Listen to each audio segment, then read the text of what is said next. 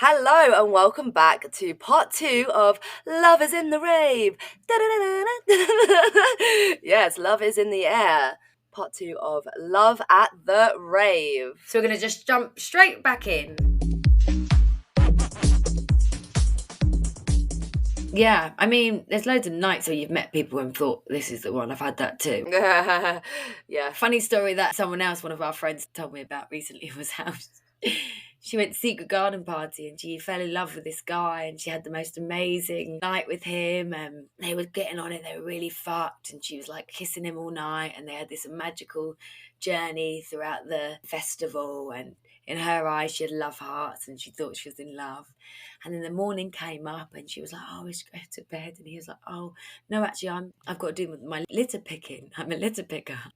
I've got to do my shift. So she was so in love that she went out with him and got a litter picker and started going around and picking up all the litter.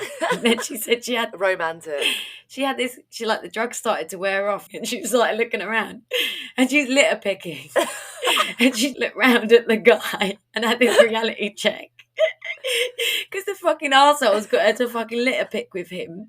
And she's doing it and she's thinking, what the fuck? And she's looking at, oh my God, hang on a minute. What the hell's happening here?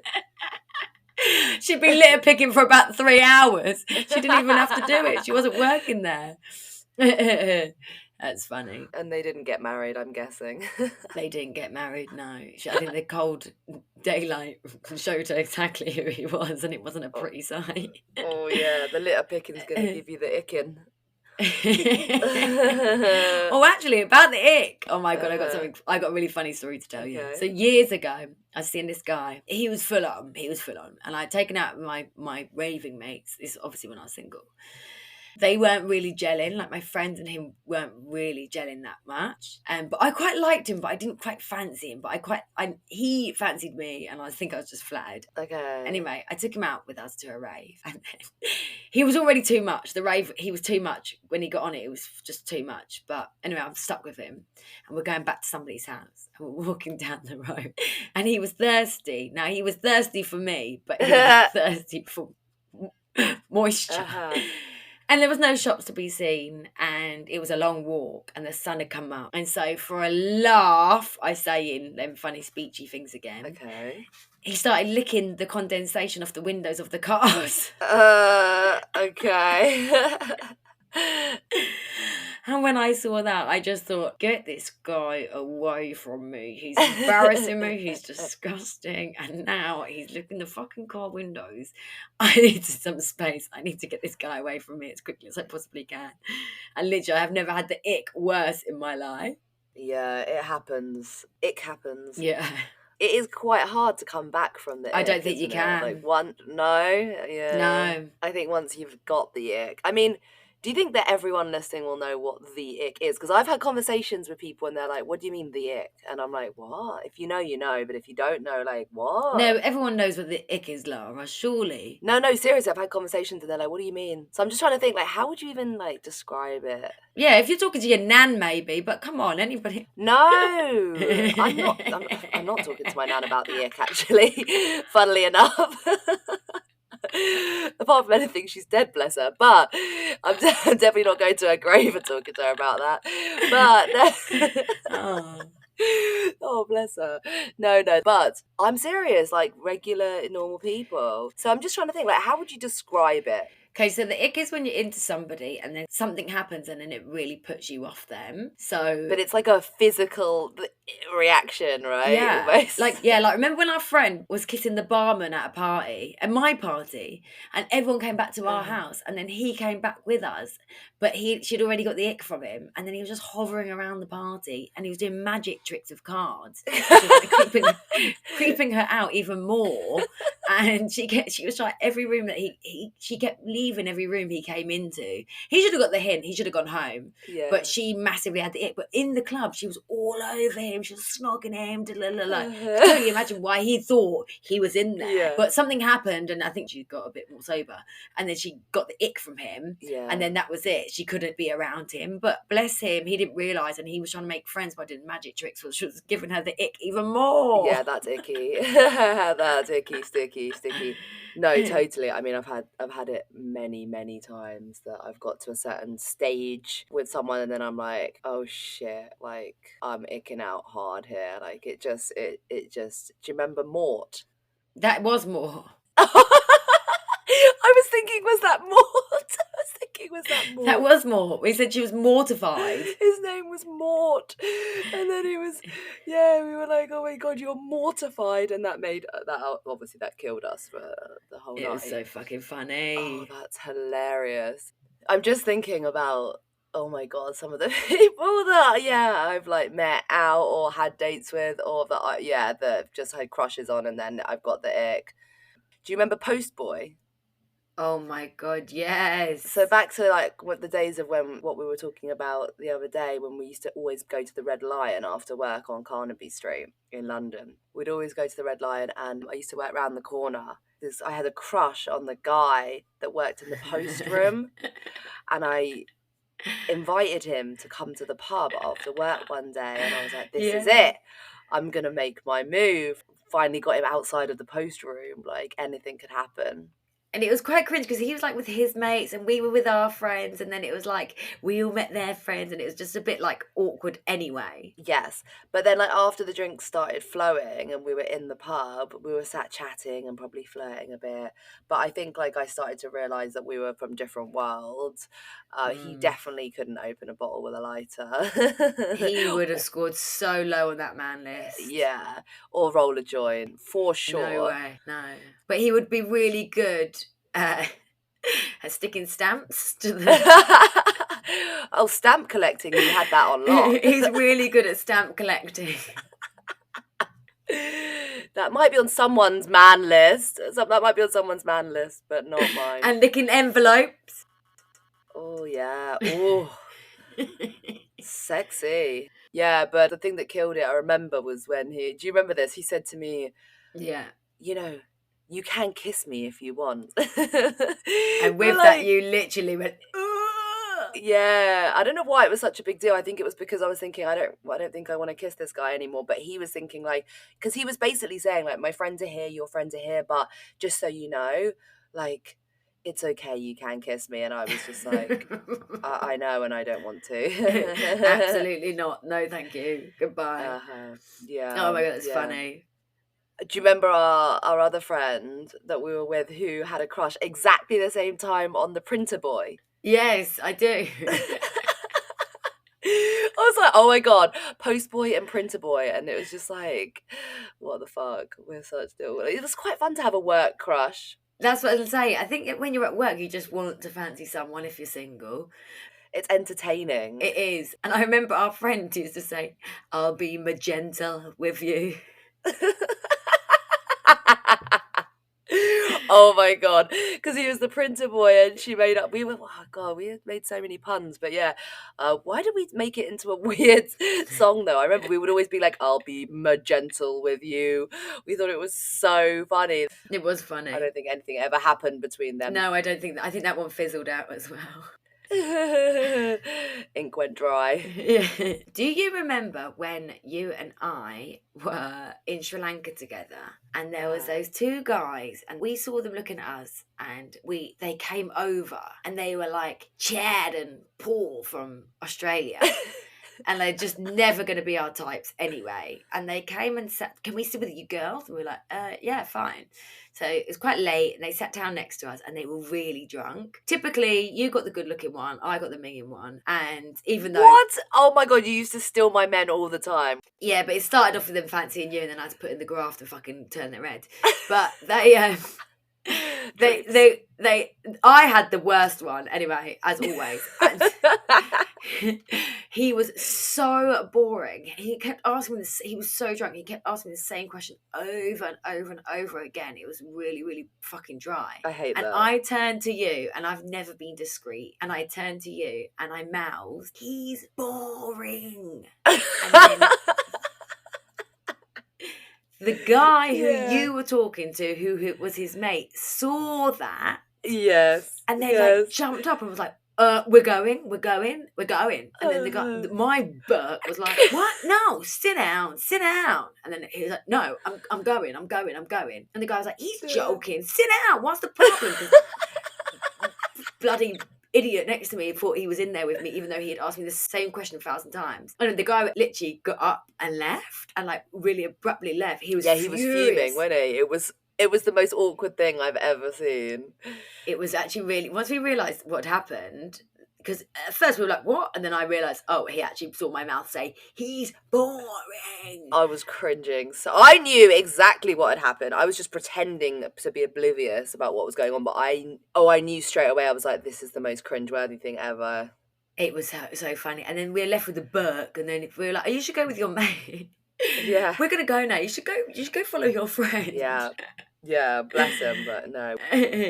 Talking of that, this has just reminded me of, I went on a date, right, once with this girl. She went to the toilet. Do you remember this?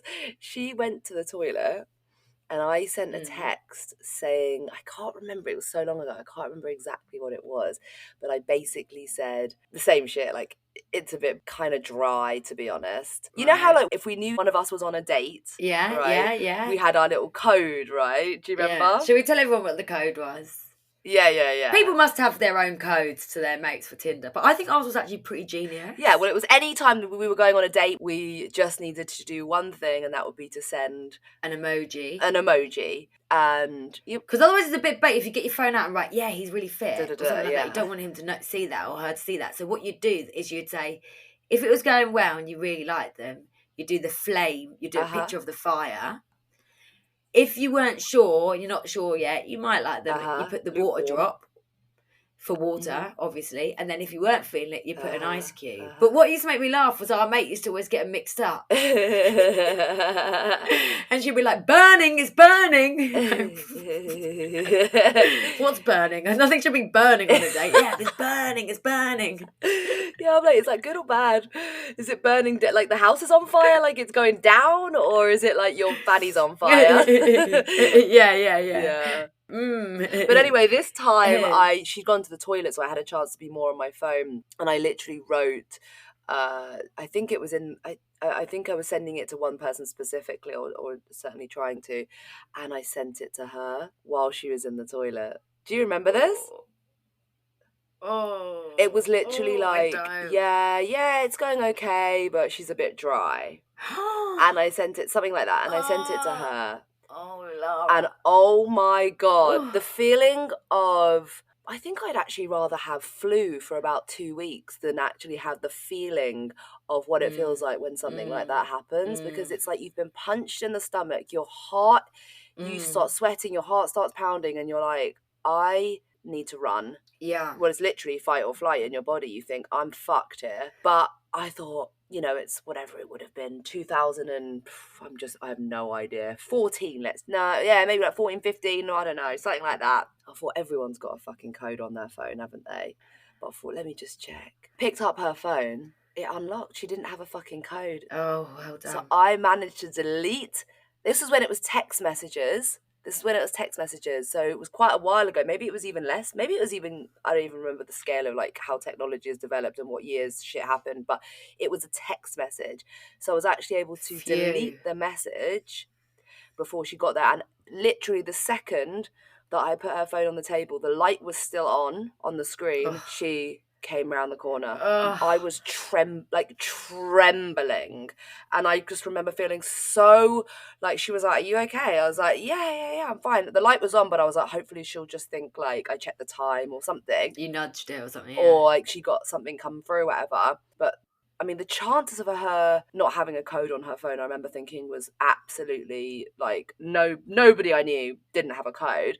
And I just think, what would I have actually done? I think I would have had to say, hey, listen, I've sent you a text that wasn't meant for you. Please, it's embarrassing. Please, can I delete it without you reading it? And I what would you do if someone said that to you and you were on a date? Well, what would I do in that case? I think I'd just say, it wasn't me. Would you say, okay, I'll let you delete it and not read it, or no, you're too curious. Oh, what if someone asked me? That's what I'm saying. Like, if you were on a date... I'd say yeah. Yeah, you could delete it. Yeah, you wouldn't read it? No. Okay. There's a reason why they want to delete it. I'm not going to make somebody feel awkward. Like, there's obviously a reason for it. Like, yeah, it's just easier for you to do what you want to do, which is delete it. I'd let them without a doubt. Yeah, well, yeah. The reason is you've just got caught out. I would say, what did it say? Yeah. There's definitely some people that would be like, no, and like and then read it, and then that would be awkward. Oh, I'm dry. I'm dry, am I? Oh shit! And you get like a drink thrown in your head. I'll show you dry. You're not dry anymore, are you? Drink over your face, Peggy Mitchell style. Well, I have a similar story actually, where I really, really fancied a guy at work. I had a super crush on him, and it was Valentine's Day, and my manager knew that I fancied him, and for some reason he had said to her, does she want to go for a drink with him, even though she was like married, but she knew that I fancied him, so she invited me for a drink. I was like buzzing because I was going for a drink with him and her, even though he didn't actually invite me.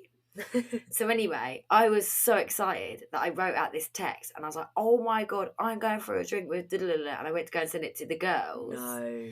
And I was literally about to send it, and I realised it was to him. Oh my god. And thank God I clocked it. Do you know that's one of the things I was talking about in the first episode, where like I get kept awake at night? That I didn't even press send. Thank God. Yeah. Because this keeps me awake at night, and I didn't press send.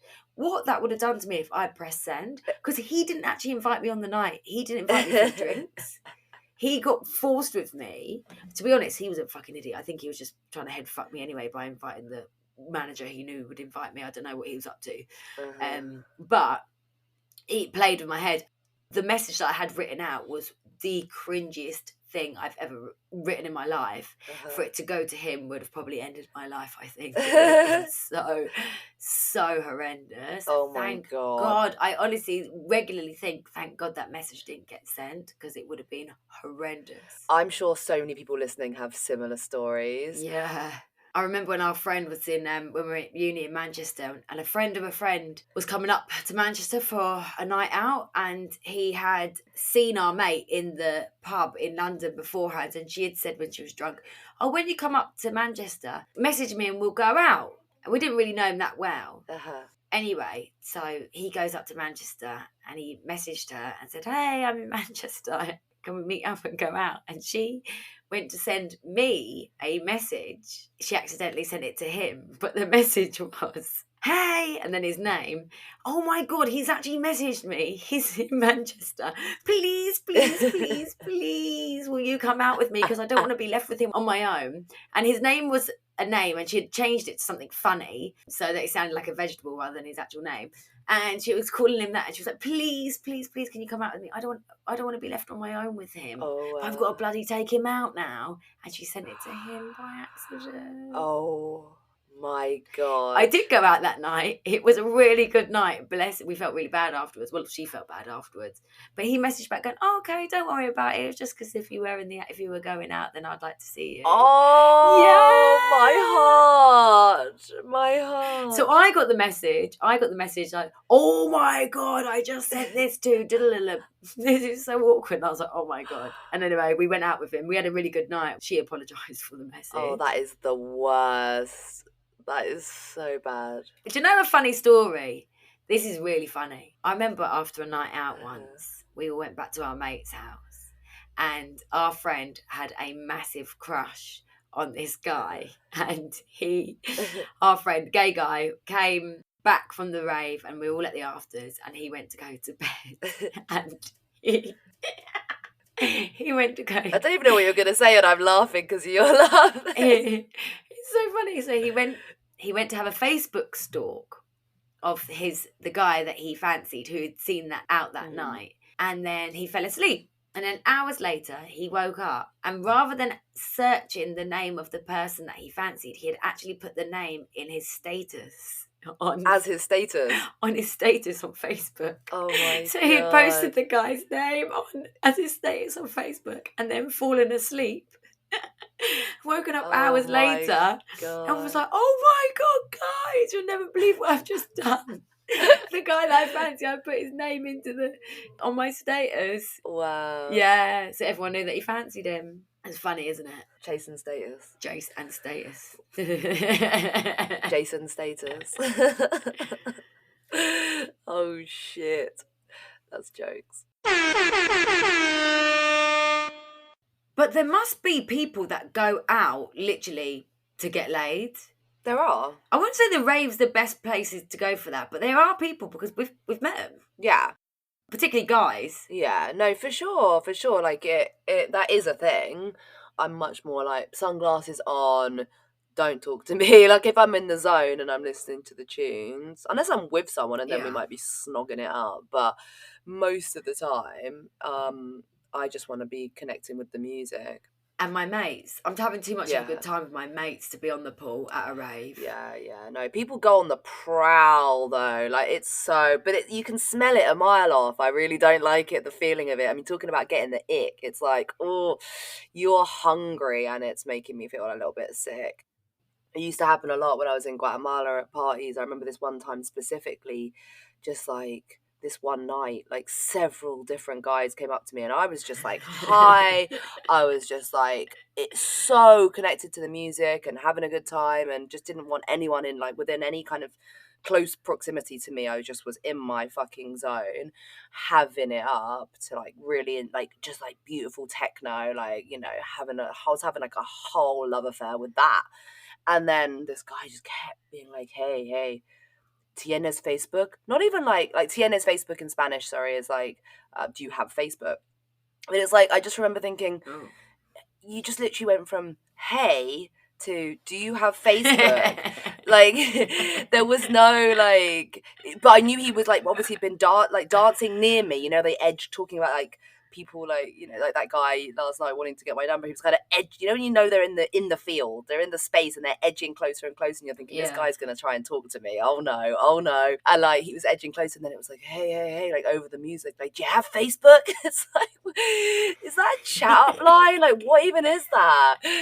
So fucking weird. I was like, no, I'm sorry, I'm dancing. Bye. Not available for that. We just did a poll on this, right? On our Crave the Rave podcast Instagram. I was interested to know how other people felt. I shared that kind of pie graph of like your reactions when people try and talk to you on the dance floor, which was quite funny. But actually, most people, I think last time I looked at the poll, we'd had quite a few votes, and 80% was don't talk to me. Yeah. 20% was, yeah, let's get closer, let's get deep. Yeah. I'm always up for a chat, really, but it depends. If they're trying to chat me up, then I'm not. But if if a random just wants to chat, I'm up for it. If there's any hidden agenda on their side that they're trying to chat me up, no thank you. No one wants to be chatted up by the person that's got the balls to go out and chat people up. Do you know what I mean? 100%, you just nailed it. It's like, that's what I'm saying, it smells, something smells off. It's like you can just detect it and you're like, you're just, because what I don't like, and this is across the board for any dating experience, is when I feel like I am just replaceable. Like I could be any girl on your list of potentials. There's nothing specific. It's just that I'm available and I'm breathing, or I'm in front of you and I'm breathing, and and I have a pulse and I have a vagina. It's like anything that smells like that, smells like that. It's like, it's such a turn off. Totally. Do you remember when we were in Ibiza once and then I met a guy and I spent the whole night with him, and in my head I thought we had a thing, but nothing actually happened between us. And then the next morning he was still around, in terms of like we're still partying and he was still there. And then he left, and then I realised afterwards he just wanted to use my phone, because the whole night, every 10 minutes, he was trying to get drugs and order drugs. And the whole time, he was just using my phone because I had 3 minutes. Honestly, shit. In my head, I was having this love affair. But when I was sober, I realised this guy literally only communicated with me to use my phone. Wow. He didn't have credit or signal or something. Yeah, he didn't have credit and he had to do some drug deals. And for some reason, I lent my phone because, well, I know I fancied him. Well, that could be incriminating. That could go really wrong. Yeah, I know. What a fucking mug. What a fucking idiot. I didn't even get a shag out of it. Or a kiss. I didn't even get a kiss out of it. Oh, damn. No bonking. Absolutely no bonking. I mean, no bonking after the afters anyway, I'd say. Although, talking of bonking, oh my God, this is a funny one. Uh-huh. Do you remember the night we went out? And like, it's quite rare when us girls would go to a night out and pull. I mean, it did happen, obviously, as we're saying, but like, it was quite rare. But I remember once you pulled a guy and you were with him and he came back to our friend's house after the rave and you were all over him. You love a little bit of, what do you call it when you do it in front of everyone? Public displays of affection. Displays of affection. You were going for it in the living room. PDA. Yes, you like a bit of that, making us all feel a bit awkward. And to be honest, he was actually your type to a T. Anyway, when we started chatting to him, I was like, he said his name, and I was like, you really suit your name. Anyway, that was that. And then I think it sort of fizzled out with him and you or whatever. He went home, whatever. A couple of days later, our best friend, Gav, calls up me and goes, Jess, do you know that guy? Was he the guy that about 2 weeks before had got with our other best friend? But you weren't there, Lara, when he got with her. But me and Kath were. And we had sat and seen the whole event happen 2 weeks before with our other mate. But she wasn't there that night. And what's weird is we actually forgot, because we so fucked on drugs, and we forgot what happened, who he was. But the name obviously rang a bell, because I was like, God, he really suits his name. Anyway, turns out it was the same one. And the story that our other mate had was she did bonk him at the end. She said it was the worst sex of her life, but I mean, I don't judge anything she says. Yeah.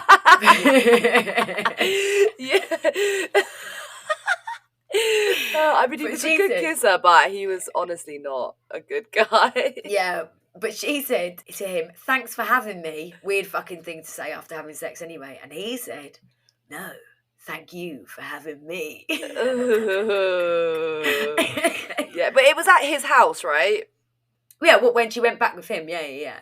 Yeah, but no, that's why it's so weird. It's like, basically he's saying, thanks for having me, in brackets, inside you. It's so weird. Yeah, we get the joke, Lara. We get the joke. Right. Oh, right, sorry. But anyway, he was a creep and he managed to get you and her. So I'm glad you didn't have a punk with him, and I'm glad he didn't have you. No. It was just saliva shared, nothing more. What? I know, sorry. All of this talk, it reminds me of when I was single, and I can honestly say I'm so lucky and thankful that I met lovely Ashley. He's actually just he is honestly the best husband I could ever ask for. I mean, my type before I met him was just probably quite revolting, really. I've got a really weird type in men. Like, honestly, I always fancy a sort of like seasick looking. My sister says my type is seasick. Somebody, I quite like a man that's on drugs. So like a seasick, stoned man, grey faced, grey skinned, in a bit of a homeless looking vibe. Like, honestly, I actually fancy like homeless looking men with like a beard and not well kept and a bit dirty, which is so weird because I've got a weird germ phobia. So like, I don't know if that's plays into it or what, but I quite like a grubby man. And then I met Ashley and he's like clean and he's good looking and he's got colour in his cheeks. I mean, he does want a gold tooth, which is an absolute no, but you know, he is just like the perfect human being for me. I'm so lucky that I ended up with somebody like him because it could have gone so easily another way. We do love Ashley. I mean, he was kind of homeless when you met him. Well, he was homeless when I met him, but he didn't look it. He didn't look it. He had colour in his cheeks, but he lived on a boat. And we love him for that. Yeah. What about my type? What do we think about my old type? Do you approve? Your type? No, I'm sorry, I don't. I don't approve your type. I'm sorry. My old type. It's very road. Your old type. Yeah, sorry. It's very road. I realised that when, on our whole last episode 7, we were talking, a lot of our references from today, like bonk. Jessie loves the word bonk. If you haven't heard that episode, listen, because Jessie uses the word bonk and she was joking that using that word never got her a bonk. And then also road. I realised that you say that, oh, that's very road loads. But then like, I wonder if do people outside of London know what road, like you could probably get it, obviously people get the sense of like being like it's from the streets, but like even the words that's road is very road. Do you know what I'm saying? Well, it's road man. You're a road man. You're on the road. Yeah. You know, you're making money on the road. I got myself a rope. he was on the rope because he dangled off buildings. So I got myself a rope man, and I was happy with that. And I had myself a road man for quite a few years, and that didn't end well. Well, aren't we glad that we've moved on? We have, yeah. Before it was, Stoners and Stone Island for me. And now, there was a moment in time where I remember I bought a Montclair t-shirt when that was a thing, when it was all about Canada Goose. I mean, it still is Stone Island, Montclair. That was the road look, the road vibe. They're all good brands, but put together, there was a moment in time where that put together with hanging on the road then equaled you are a road man. It basically just means a bit of a gangster, doesn't it? A bit of a rude boy, a little bit of a bad boy, a bit of bad boy. Bit rough around the edges. Oh yeah, but I loved a bad boy. But it's funny, obviously since working on myself, since becoming a coach, since really healing a lot of my shit, honestly, I'm not attracted to that anymore, and I don't attract it anymore. And I love how when we change, what we attract in and manifest in our life changes, so as soon as I realized that I was seeking out these people that just couldn't meet my needs at all, or were just so emotionally unavailable, and I don't judge them for that, the fixer in me is I'm gonna be the one that can see you for who you really are. And I did, and I honestly loved my ex on another level, I really did, but we just weren't compatible as a life partner. I just think it's interesting that now, those people, they wouldn't come into my field. Yeah. Well, we're older as well now, and we want different things from a relationship. So what we really want is a bad man gone good. Yeah, that's it. That's what we want, and they're hard to find, but I found one, and I'm happy with him, so I'm holding him tight. Yeah, I know. I borrow him when us three go out. Well, not that sounds weird. I do lend my husband out. He does a good job. Yeah, we have a good time, us three. He's good at being not one of the girls, but he's good in any situation, and we love that in a man as well, who can be versatile and just get on with everyone. So good old Ash, we love you. Woo! So that brings us to the end of a very loved up episode of Crave the Rave. More icked out. A mixture. But I'm going to leave you with a wisdom tip. So if you've been chatting to somebody in the rave and you fancy them and you've been getting on well with them, just slide them your phone and say, put your number in.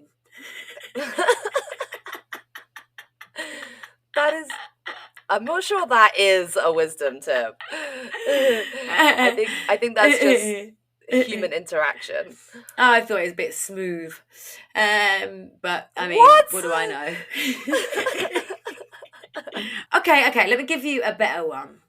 If you fancy somebody in the rave and you want to go and chat to them, ask them for the time.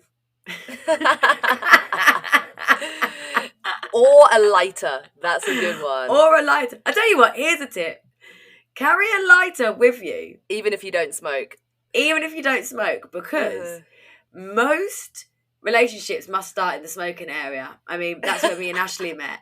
So take a lighter with you, start smoking, and you never know, you might find the love of your life. And on that note, I'm going to leave it there. Thanks, Lara. This has been great fun. Guys, please follow us on Spotify or Instagram. We love it when people interact with us and let us know their thoughts on the episode. So please continue to do that. Share Crave the Rave with your friends. We're still enjoying doing it, but we want to know that you guys are enjoying listening to it. So please keep on at that. But Lara, I love you very much. You are the love at the rave for me. Aww, you are the love of my life, babe. And we'll catch you all next time. See you later. Hope you had a great Valentine's, whether you're single, in a relationship, or in love with the rave. And if you're single, I hope you meet your next person at the next rave. See you soon. Bye. Bye.